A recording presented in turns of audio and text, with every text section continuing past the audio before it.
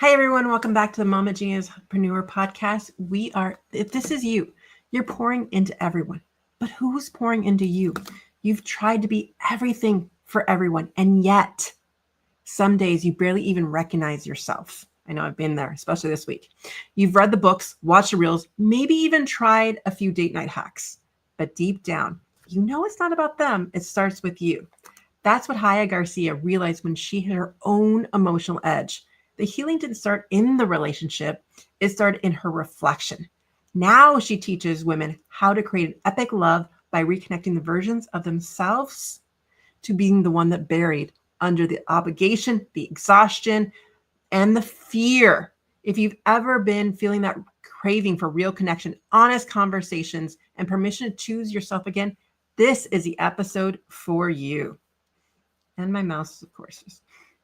Mamas, welcome to the Mama Genius Entrepreneur Podcast, where real stories spark real transformations for moms ready to bring their visions to life. I'm Michelle DeKaiser, a mom of three, entrepreneur, and your biggest cheerleader if you've ever felt pulled to create something bigger, whether it's a business, a book, or a movement, but also felt the weight of daily life slowing you down. You are not alone. In just 15 minutes, we'll dive into insights, strategies, and real stories for women like you. Let's bring your visions to life, starting now.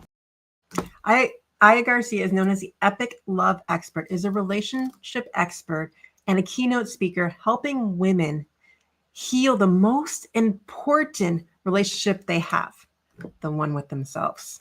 As CEO and her relationship-focused company and the founder of Married 2025, Chaya blends the emotional healing, radical responsibility, and real-world tools to help women experience deep connection at home in their business. She lives in Atlanta with her husband, Adam, and their children, Imuna and Evan, who actually I got to meet Adam, who is helping her with her tech as we even got started. Welcome to the screen. I am so excited to have you on the podcast.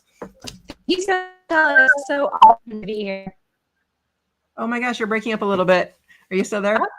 Yes, oh, there I'm you totally here. Okay, so there you are. You broke up for a second. Yes, we're here. Yay. Okay, we're live. We're going, and I really just want to. I got to meet your husband. He was even setting up your tech and all that and everything behind it. I'd love to know what's your why behind creating this for women to. I don't know if there was a problem that you had before with him or what it was. I'd love to know what your story is behind this. Yeah. So thank God my marriage is pretty epic.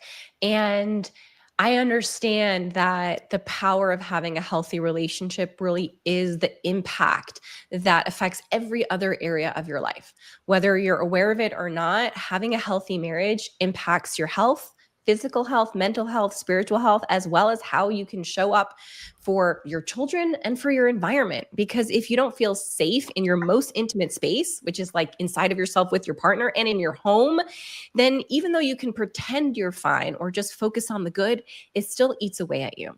And so what happened was before I got married, I was in a relationship where I thought it was going great and I was so happy and we would see each other all the time. And then one day I got so excited. I made breakfast. I had the table set. I had something printed out for us to read together. And he like comes into my house and into my space and like kind of, sluggish in the morning. And then he like is so unexcited about everything I prepared. And he goes to tell me that he's going to break up with me. He is breaking up with me to go do drugs at a festival up north. And the reason for the breakup is because I always said, I don't allow drugs. I don't want you doing drugs. So if you're going to do drugs, then it can't work with me. So he was like, I'm done the bullshit. I'm done the lies. I'm done pretending. I'm telling her that I'm going up to do drugs and I'm ending this relationship. And it was so painful because for so long, it was like, pick me, want me, choose me, prioritize me. Let's let our love be, the leader of this relationship. But the truth is, I was sick and he was sick and no one was aware of the illness because for him, doing drugs was normal at that age. We were in their 20s. For me, I was so successful on the surface. I had 2 degrees. I had my master's already. I was straight A's. I was fit. I was running. I had my own house and car. No one tells you that you're really, really, really sick if you are trying to control other people and your environment. And that's truly what I was. Everything was outside and external, and nothing was inside and internal, or very, very little. It was very reactive instead of in control. And so from that moment of pain when he broke up with me and I'm like crying in fetal position, shocked, I had a moment of divinity where I was like, I can blame him. I didn't know I was sick then, by the way. I can blame him. And by sick, I mean not physical, but your mental streams of disease. That I can blame him. He's the asshole. He's the addict. He chose drugs over me. What's wrong with him? He needs to change. He needs to see that relationships or love is more important than drugs and friends.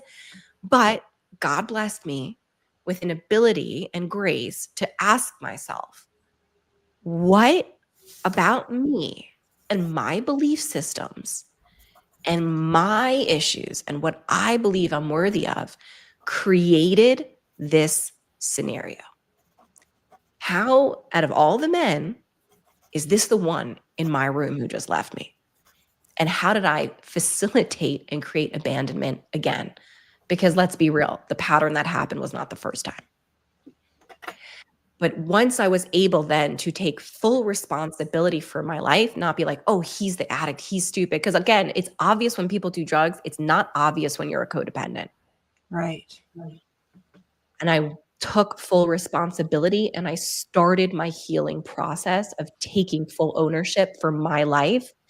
And that's how the why happened, because no amount of pain should ever be tolerated if it's preventable. Wow, you just had so many like nuggets in there. And I want to just review a couple of those because it was just so impactful of just being able to feel safe in your own space and in that intimate relationship and in your home. And when you don't feel safe in that, that really does start to eat away from you. And then the idea of like having to control everything. And let's be real, as moms, as mothers, like there is this need, an innate need to do that as well. But how far are you going with that, and how much can you? Because that's what mounts the pressure on, is when we really feel that need to control and we can't release it or delegate or say someone else can do something, and that kind of just drives you. Then I love how you said at the end that you took responsibility for what was going on. And we're going to be back in just a moment. Let's break down that responsibility and how other people can start to take responsibilities for their choices as well. Are you a mompreneur who feels a fire to create something bigger, a business, a movement, a message, but you don't want to do it alone? That's why I've created the Mama Genius Hub, a space where your vision is nurtured, your voice is heard, and your dreams grow alongside a supportive community. Inside the hub, you'll get bite-sized insights and strategies in 15-minute sessions. A community of like-minded moms who truly get it.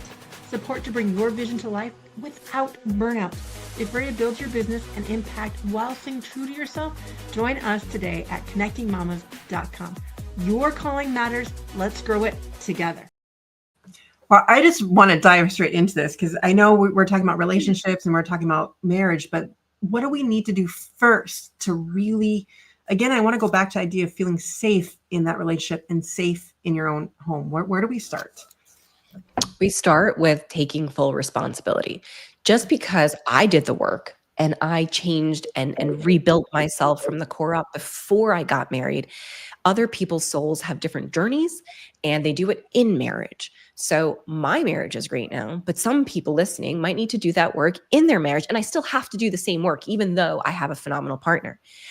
I need to take, and for everyone listening, step one is take full responsibility. It's so easy to say, I'm not happy because my husband doesn't. And fill in the blank, right? And fill in the blank. That list can just go down, right? He doesn't do this. He doesn't do that. He doesn't do enough of this. He does this wrong. He does that wrong. He doesn't do less or more. And you're like, oh, if only he did, I would be so much happier. And for a lot of people, addiction is still pretty rampant. So you would say, oh, if only he would just stop drinking less, or stop watching pornography, or stop smoking those cigarettes, or stop drinking after work, or quit his cigarettes, whatever. Then we would have so much more health in this family, and I wouldn't have to worry all the time. But who's in control of your worry? of your safe space, of what you create and allow, of what you tolerate. I had to learn it wasn't about his behavior. It's about what I am allowing and tolerating. And I was wasting so much of my energy being codependent in the sense that I was like, when you shift, I'll shift. When you get better, and we do it with our kids too. When you start, as soon as my daughter the other day, my 6-year-old, as soon as she went to the bathroom and she woke up and she went and she brushed her teeth first thing in the morning. And I was like, oh, it's finally happening. I'm finally a successful mom. I didn't even have to ask her to brush her teeth. She just did it on her own. It was fantastic. But like, how much of my joy or pain is going to be allowed by me, facilitated by me, because of what I expect of the behavior of my children or my spouse? And when I can remove my expectations and be like, you know what, they can be in a bad mood. They can smoke their cigarettes, and I can either leave the marriage if it's too much for me and not facilitating what I want my children to see, or I can get help until I learn how not to be reactive in a way that I am now just another component of the illness instead of disassociating, detaching from the unhealthy dynamics. I love that so much, how you rephrase that of, let me just repeat that back. The expectations I have of their behaviors. Because even when you said that with your daughter going to brush her teeth, it made me smile, like laugh, like, oh, there's so much more decisions and things that are going to come, and the frustrations and the things that come with motherhood. And it's so true though, but how much do you allow yourself to react or respond to those situations based on their behavior? But it really does come down to how you feel, because when you feel, you can tell when you're in like a more joyful state or something, and they do the same exact behavior that bothered the heck out of you yesterday, but today, like, you're not tired, you're not hungry, you're not feeling that. And that same exact behavior that they did has two different response or reaction regardless, because of the way you felt. 100%. And so where do you suggest, so again, let's focus, so because this one's specifically like about the marriage and stuff. So I love how you brought up the idea of the husband and the list, right? So what are some other ways that we'll take full responsibility? After we take full responsibility, what do we do next? We have to design our life. We need to design our life. Too many people. So my primary avatar, my primary client is someone who's a single woman before they get married, even though I work with all different types of status of women. But you have to design your life instead of by default, right? So let's say, just for an example of a single person, and you can apply this to your jobs if you're married, you can apply this to your anything in life. You can either date by design or you date by default. Right? So design is like, I want someone of the same faith, who has the same culture, same beliefs as me, same spiritual soul print, so we can align and grow together instead of apart. All this stuff. Doesn't drink or whatever. Or you date by default and you're just like, well, he came into my life and he kind of treats me nice and he's kind of okay, but this bothers me, but I'll let it go and we'll just be together forever until I lost my identity completely. And then I'm too scared to leave him, so I guess we'll get married. Default. And so in marriage, it's the same thing. Either you say, I want my marriage to be effing phenomenal, right? What does that mean? How do I design that? Well, I want to feel safe with him. I want to feel safe with myself. I want to not criticize myself and see my worth as so low that I'm angry with him all the time, because I'm just angry with myself. And when I'm angry with myself for not being good enough or doing enough or having enough, I don't really have the capacity to love him, because I haven't had the capacity to love me. And he's just another thing that I need to, love up on or manage or control or give energy to. And I don't even have enough energy for me, because I'm draining it with my unconscious self-hatred and being so hard on myself that my marriage seems like a struggle instead of a safe space. Oh, I love that. So like really designing it. And I love the idea of just creating, what does safe space look like to you?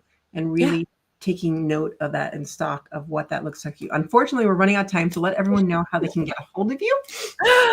Yes. Okay. So first of all, you can connect with me by literally going to connectwithchaya.com. And Chaya is my name. So CHAYA. Connectwithchaya.com, which will send you to a booking link and you can actually hop on a call. No, a lot of loops and edges and emails, and I'll get back to you. Like, book a call. You have questions. I might have answers. You're here listening to this for a reason. God synchronizes the world in perfect order. And if you're struggling in your marriage, there's two options. One, you leave it if it's really that bad and not able to be fixed or healed, or you have tools that you can really heal and transform what your children grow up in, what you grow up in, the longevity of your life, and how you live. Because so many people live with physical illnesses because of their marriages that are so stressful. They get a blood clot, they get a pneumonia, they get things that are so stress induced because of all the reactivity. So to find me, just go to connectwithchaya.com and book a call. Obviously, I'm on Instagram at Epic Love Expert and Facebook at Epic Love Expert. But I like the truth. I believe you had a free gift for the audience. Yes, a free gift for the audience would be going to marriedin2025.com. It is primarily, again, for people who are not yet married, but you will see exactly, even as a mom, even as a mompreneur, the exact signs of unhealthy behavior and how to shift them to healthy behavior. So for example, being too other focused instead of self-focused, misunderstanding attention for love. And you'll see those common dynamics. So go into marriedin2025.com. The 2025 are numbers. So married, MARRIED, IN 2025.com. And you'll get a bunch of freebies and videos, and we can connect there as well. Well, we're going to unpack that and bring you back in just a moment. Wow, that was a lot to take in. My notes are long today, so I'm going to do my best to break it down, but not be too fast about it. But number one, let's just get back to the idea of creating that safe space in your most intimate relationship and in your home. Because when you don't feel that safe space, again, it does cause all that stress and reduce and can cause all kinds of anxiety inside of you. Number two is that idea of control, especially as moms, especially in the situations that control can really lead to expectations and things of what we can do. But how can we release that a little bit is what the things we start to talk about. And number three leads us into the belief system of what about me? I'm always, actually, I can't read my notes today, taking responsibility for what you want and how you want to do it. And that's the first thing that we really need to do is because we can create the list of if my husband did this, blah, blah, blah. However, the problem is that it doesn't matter what they end up doing. It's if you're not taking responsibility for things that you want and the things that you want to create. And that leads us into number four, which is really designing your own life. Instead of on the default, as she was talking about, now creating what is that list of the things you want? What does that safe marriage look like to you? Start picturing that. And again, we always talk about the RAS, or your reticular activating system on this podcast. So it's not that you have to have the answer right this second, but if you start asking your brain to figure out what does safe look like to me, that is something you can start to design and create. And we'd love to have your final takeaway today, Chaya. Love yourself. We only have the capacity to love other people based on how much we love ourselves. Like Michelle was saying, same behavior can happen with her kids, totally different reaction based on her mood. We are all just energetic beings. If you attach electrodes to our head, you'll see a bunch of frequencies come out. We're just electricity. And we have to understand that we truly have vibrations. When you're angry, even when you cry, tears taste differently from sad cries to happy cries. We are powerful spiritual beings. And so love really is at the core of that, which means you don't criticize yourself for not doing enough, having enough, or being enough. You are enough. You have enough, and you're doing enough. And love yourself and stay in that moment of enoughness and loveness like God loves you, so you can just enjoy life instead of waiting for that next thing to happen for you to finally feel like you're worthy of enjoying it, because you are worthy now. What a perfect note to leave this podcast on is just remembering you are enough. We'll see you next time. That's a wrap for today's episode, Mama. I hope you found something in these 15 minutes that sparked action towards your dreams. Remember, your purpose matters, your dreams are valid, and you are not alone. If today's conversation spoke to you, come join us at the Mama Genius Hub, where you'll find support, strategy, and sisterhood to turn your calling into real impact. Let's grow this together at connectingmamas.com. And before you go, don't forget to subscribe so you'll never miss an episode. If this resonates with you, share it with another mompreneur who needs to hear this. We'll see you next time.